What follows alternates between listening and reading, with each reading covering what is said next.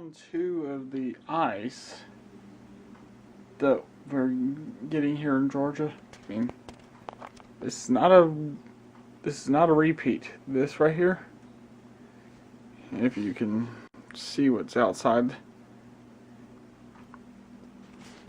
this is not the same as what happened 2 weeks ago. I mean, it's a similar thing, but it's not the same exact system from 2 weeks ago. This video is not from 2 weeks ago. And as you can see, yes, we have power, but not a lot of people in this state are that fortunate right now.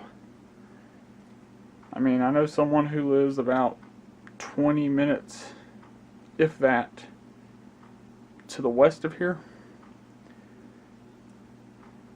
Their power has been on and off all day. And lots of people to the south have lost power. I don't know about to the north yet. But this is a video that I'm making to kind of explain some stuff about modern technology and how it relates to power outages. Because 15 years ago, we didn't have a lot of the stuff that runs off power like we do now. And 15 years ago, most people had landlines that worked without the power, and they didn't have to worry about digital phone modems and stuff that might work without power or might not work without power. So, I'm going to show you one type of digital phone modem and explain some stuff that you need to know about if the power goes out. A way to extend your length of time being able to talk on the phone. Right here we have a digital phone modem, and even though it has a battery in this compartment, and this one does serve to provide internet and phone through the same device, this one has some issues that might come up during the storm. If you lose power either from unplugging it from this or the wall or the circuit providing the power cutting out, you still have phone with this particular style that the internet cuts out. So, and because this one is fed via cable, which in many areas is ran along the same poles that provide power, you stand a decent chance, if you've lost power, that you've also lost your television and cable connection, which means you may have already lost your phone before losing power. But in the event with this type of modem, if you lose power, any Wi-Fi connected devices are rendered useless anyway, because this one requires a separate wireless router.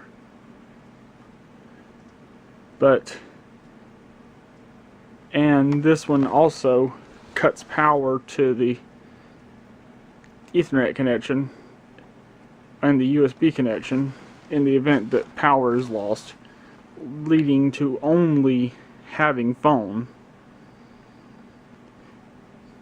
But some of the AT&T, like this one is for Comcast, but some of the AT&T devices I've seen, they do not have the battery built into the device. The battery is plugged into the wall, and the device is plugged into the battery, which means if you lose power, the whole device is still being powered. And in that case, using this one as an example, in that case, anything connected to the Ethernet would still function. Anything connected to the Wi-Fi, which this one does not have Wi-Fi, but anything connected wirelessly to it, like your laptop or a iPad or something, would still have internet access. And your phone would still have power. But in the event that you have a power outage, it is best to turn off your Wi-Fi, like on anything except on anything, even your cell phones. Turn off your data connection. Turn off your Wi-Fi data connection on your laptops, iPads, tablets, anything that is connected to the Wi-Fi that isn't already turned off. Turn the Wi-Fi off so that that radio in the modem is not broadcasting a signal,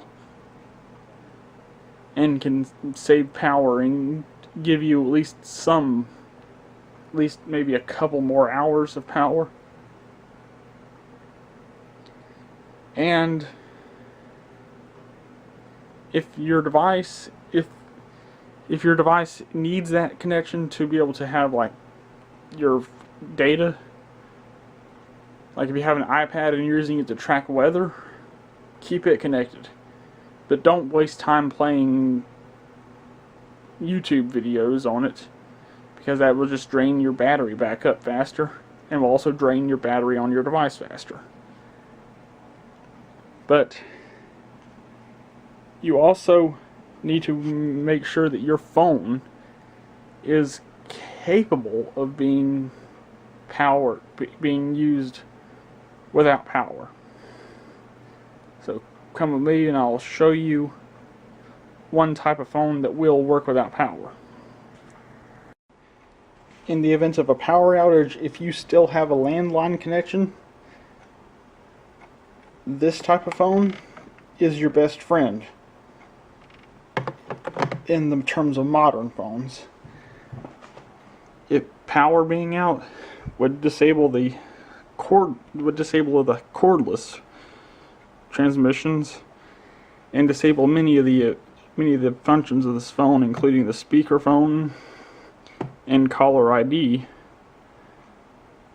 But this part, the wired handset, would still function, and you would still be able to dial out, albeit you would have to do it manually instead of being able to dial a number beforehand and pick it up like you can on most modern phones. You would have to pick up this and dial it one digit at a time. But this phone is good if your power is out and you still have a phone line that you can use. But even better are the older styles that didn't have this stuff built in, because since they aren't plugged into power anyway, in case there was a power surge that fries your phone,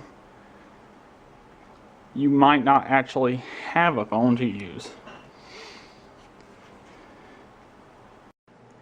Adding to the phone part, if you do not have a landline and all you have is a cell phone, be very smart with it. Make sure that, like, if you are receiving advance warning of a storm, like several hours or even days in advance, make sure to charge your phone and keep it charged up until the time that you lose power. And the instant you lose power, disable any unnecessary connections, including your Wi-Fi, Bluetooth, etc., just so that you're not draining your phone. And do not use your phone to be posting stuff to Facebook all the time.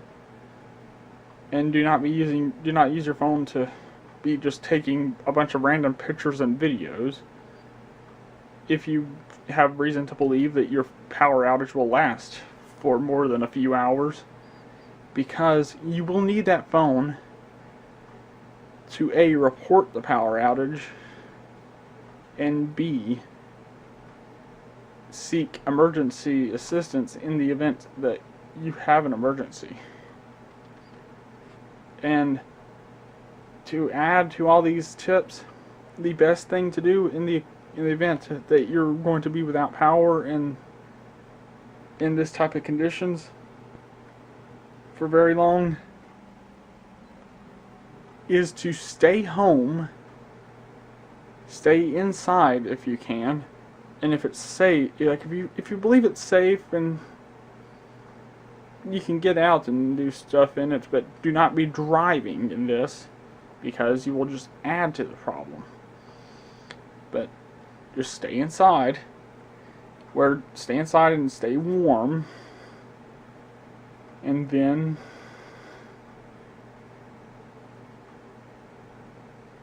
also stay on top of staying inside, staying warm. A preparedness tip is to get stuff in advance that will actually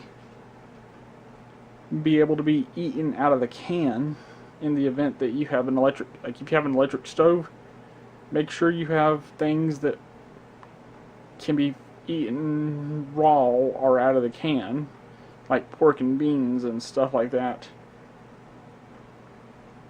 And if you have a gas stove